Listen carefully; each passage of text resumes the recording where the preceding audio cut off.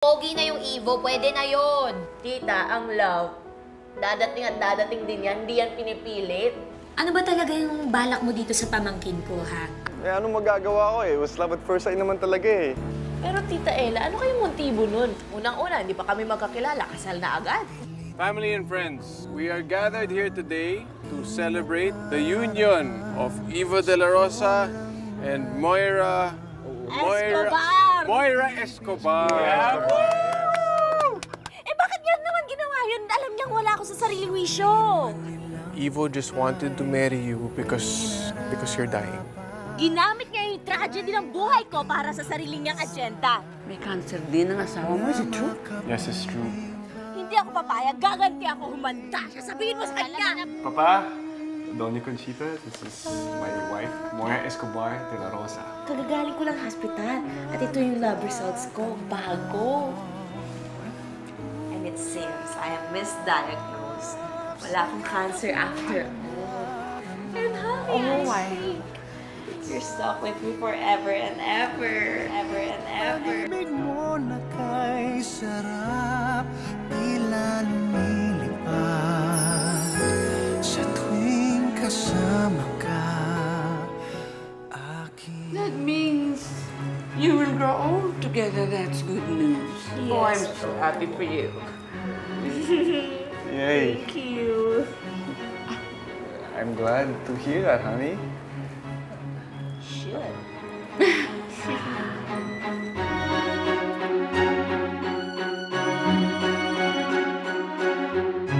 You don't seem happy sa announcement ng asawa mo kanina. Kilala kita, Evo. I can smell something fishy. Hindi ko alam sinasabi niyo pa. Nabigla lang ako sa balita. At saka, masaya-masaya ako ngayon. It's better be not one of those stupid schemes of yours. Pag nabalitaan kung meron kang kalokohan na pinaplano o ginagawa, malilintikan ka sa akin.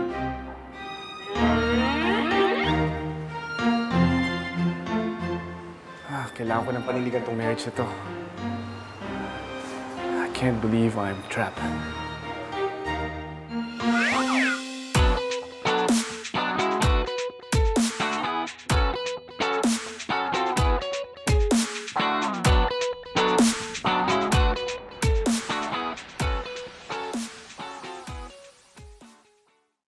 Nasaan si Evo? Ma'am, sino po sila? Evo! Honey! I'm home! Anong ibig sabihin nito? We're husband and wife now. Kaya dito nakatitira. Nasaan kwarto ko? At bakit dito ka titira? Sandali.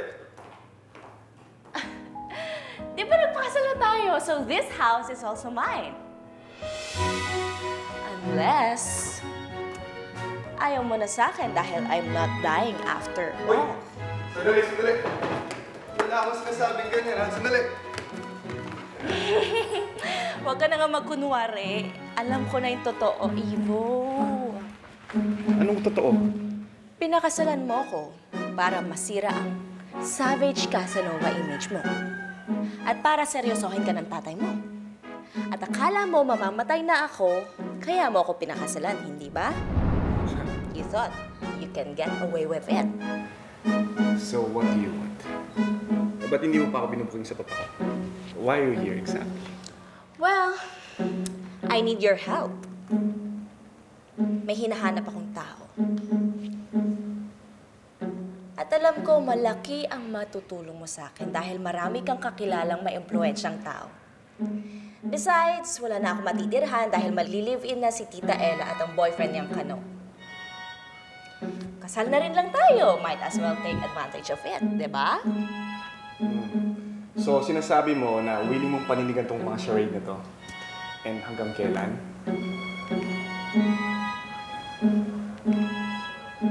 Six months.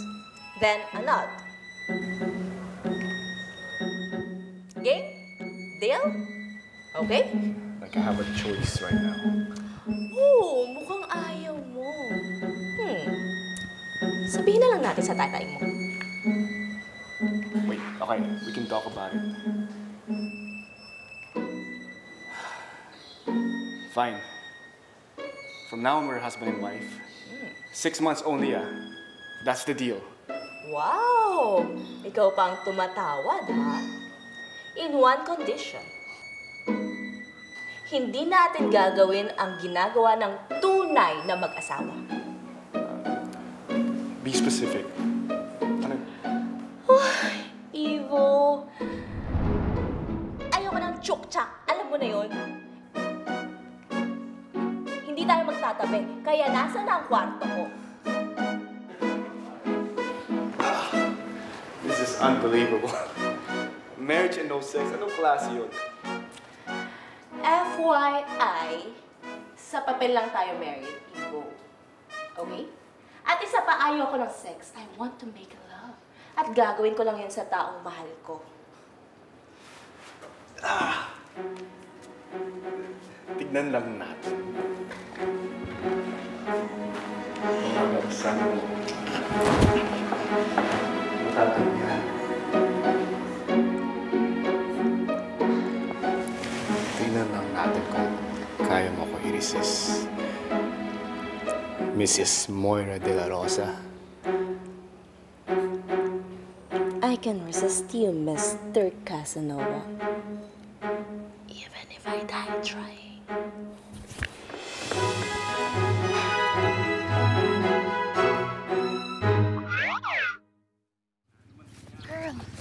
Ang gwapo naman ng sepulturero, oh. Parang I want to die na tuloy. Di ba si Savage Casanova yan? Naku, girl, may asawa na yan. Talaga? Sayang naman. Marriage without sex? I have one word for you. Karma. Ganon. Alam mo, kasalanan itong dalawang to eh. Kung hindi kayo nag-suggest na magpakasal ako, hindi sana nagkakaganitong buhay ko. Teka, biruan lang natin yun ah. Sineryoso mo naman. Hugas kamay ako dyan. Wait. You know, come to think of it, after nagpakasal ako, bigla akong sineryoso ni Papa. At saka yung mga umaligid-aligid ng mga babae na peste, nabawasan na rin. So, medyo effective na rin yung ginawa ko. Congrats! Pero, kakayarin mo kaya na walang mangyayari sa inyo ni Moira? Dude, she's hot. Hoy, dude, pare. Ano ba? That's my wife, man. Sorry. Hindi ko lang kasi ma-imagine na mag-asawa kayo, hindi kayo Don't worry about it. Kilala mo ako, pare. Gagawin ko yan ng paraan. I'm going to seduce her. Wala pang babaeng nakakatanggi sa charms ni Ivo de la Rosa. Okay.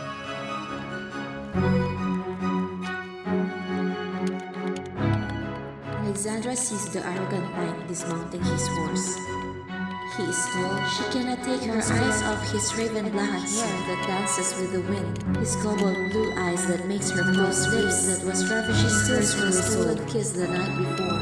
Sir Nicholas is a man from the past. Has no place in the world. She is a woman from the future. Oh, kamusta na yung sinusulat mo nobela? Hindi ka pa ba tapos dyan? Ito ko saan ba yan? Tita, tungkol sa reincarnation and soulmates. Kasi naniniwala ako na lahat tayo may soulmates. At ang nangyayari sa buhay natin ngayon, may connection sa past life. At paano? Talaga. So naniniwala ka na si Ivo ang soulmate mo, ganun? Yo, tita, hindi, no? Hindi ko magiging soulmate yung manglolokong yun. Ka nga umarte dyan. Naku, tignan ko kung makaganyan ka pa kapag nakita mong nakahubad yun. Hindi mo siya type? Hindi. Hindi mo type yung abs niya.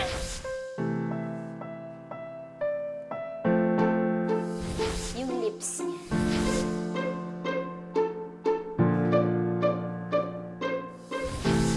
Eh, yung puwet, hindi mo type?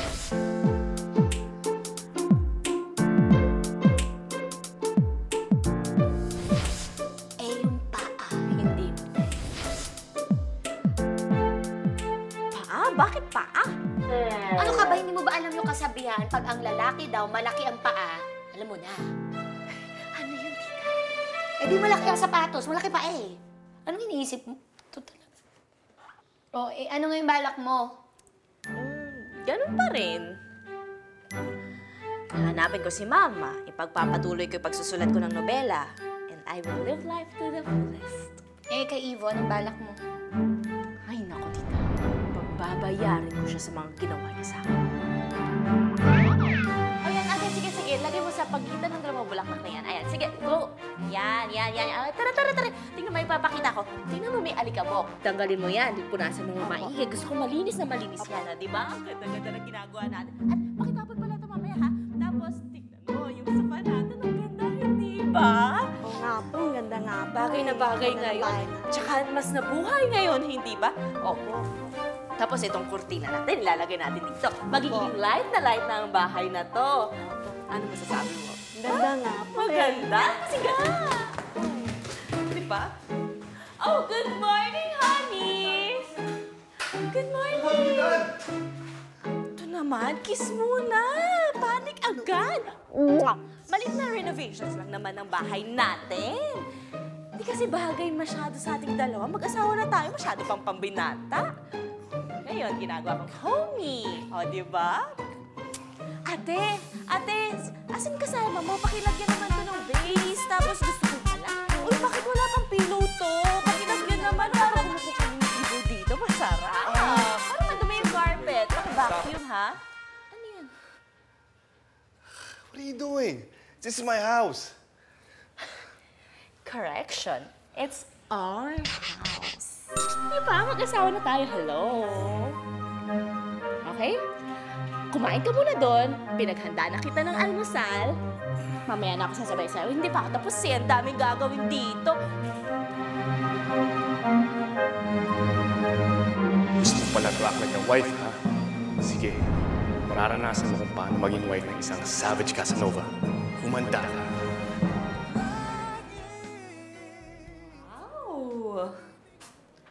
At may pakandi-kandila pa. May ganito pang nalalaman tong lalaki. Ano naman palang Susan? Honey! Oh, honey! I made dinner for you. Thank you. Masarap naman kaya ito. Oo naman. Kinuha ko yan para sa'yo. Special. Nax! Kain ka na. Oh, bakit? Ikaw, kain ka na rin. Oo, kakain din ako. Tatanggalin ko muna yung apron ko. Sulit na yung apron mo. Surprise ba? Dinner. Oh, shit! Oh, grabe ka! Bakit ka nakaganyan? Bakit? Mag-asawa tayo, baby. I'm all yours, honey. Kain na. Di mo ba alam na virgin pa yung eyes ko? Sige na, pampagana to. Hindi. Enjoy dinner. Mabilis ka muna doon! Umakyat ka! Bilis! Hindi.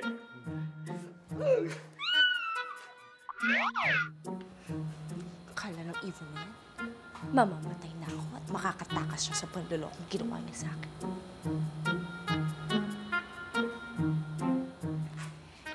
Evil honey! Yeah? What? Pwede mo ba akong turuan mag-workout? So I can live longer and we can grow old together. Kaya mo na yan.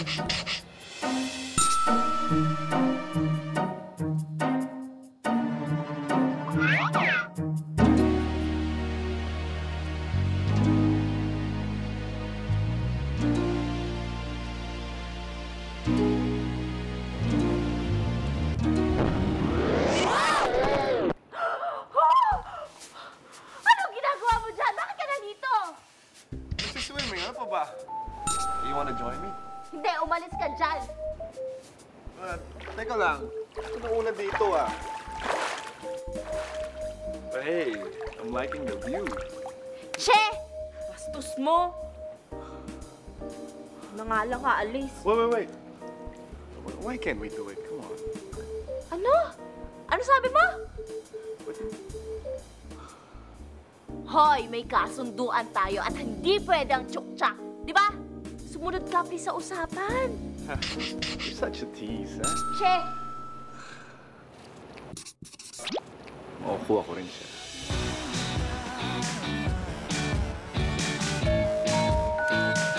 Nicholas looks at her and sees the heated passion in her eyes. Her plump lips makes his knees weak. No matter how many lifetimes we live, I will always find you, my love. Then I am yours, Nicholas. Nicholas grabs her by the waist and kisses her honey lips. They are in the middle of a meadow, and the velvety starry night is their witness as he takes off her clothes.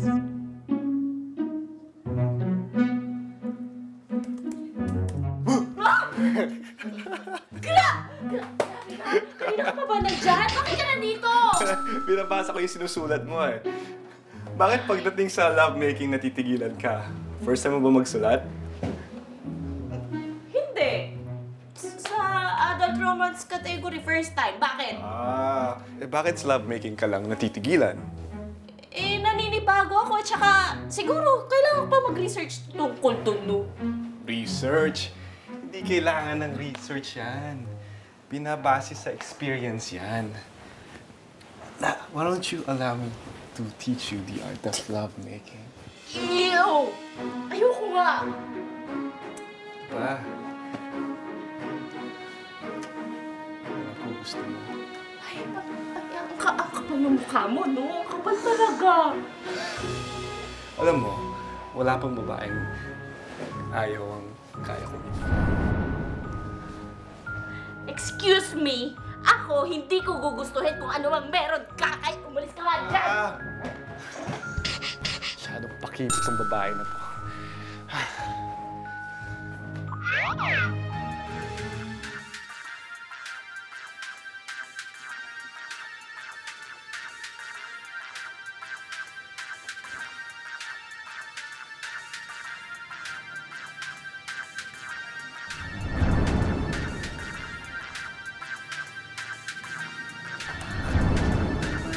Bakit parang masakit? Uy, pinapanood. Wala! Bakit nandyan ka na naman? Sinarado ko na nga yung pinto eh. Nanonood ka ng porn, no? Oy, excuse me, nagre-research lang ako para sa nobela ko, no? Sabi mo, kailangan ko malaman yung lovemaking. Eh, hindi naman lovemaking ginagawa nila, wrestling! Parang ganito? Oh, shut up! Uy, Uy, yung TV on ulit. Ew! Ew! Teka, umalis ka nga dyan! Sinabi ko na sa'yo na hindi ako makikipag-make love sa taong hindi ko mahal. Hindi ako katulad ng mga babae mo, no? Kung ayaw mo, maghanap ako ng iba.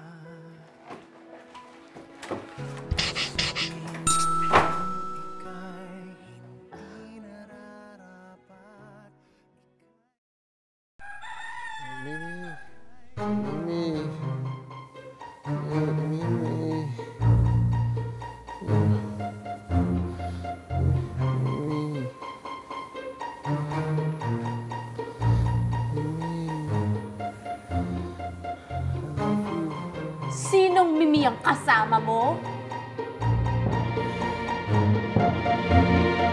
Asawa ka ni, kaya walang karapatan na kahit sinong babae dyan sa mister. I love you so much, Mimi. Pero lalaki pa rin yan. Kung hindi mo binibigay yung pangangailangan niya, hanapin niya yun sa ibang babae. Gusto mo ba yon? What a surprise. May coffee ako. Alam mo, nakakatuwa ka rin, no? Hindi ko akalain ganyan kakatapang. Death is not all about business. Dapat may puso. 89! Haba ng buhay niya, nakakaingit. Ato, you're not dying, di ba? Malay mo, umabot ka pa niya ng 100. First time ko napabilib si Papa. Ang galing ka naman kasi talaga eh. Ikaw ang magaling. Ikaw. Ngayon lang ako naging happy ng ganito, Ivo. So, finally, in love ka na sa isang savage Casanova? Yes.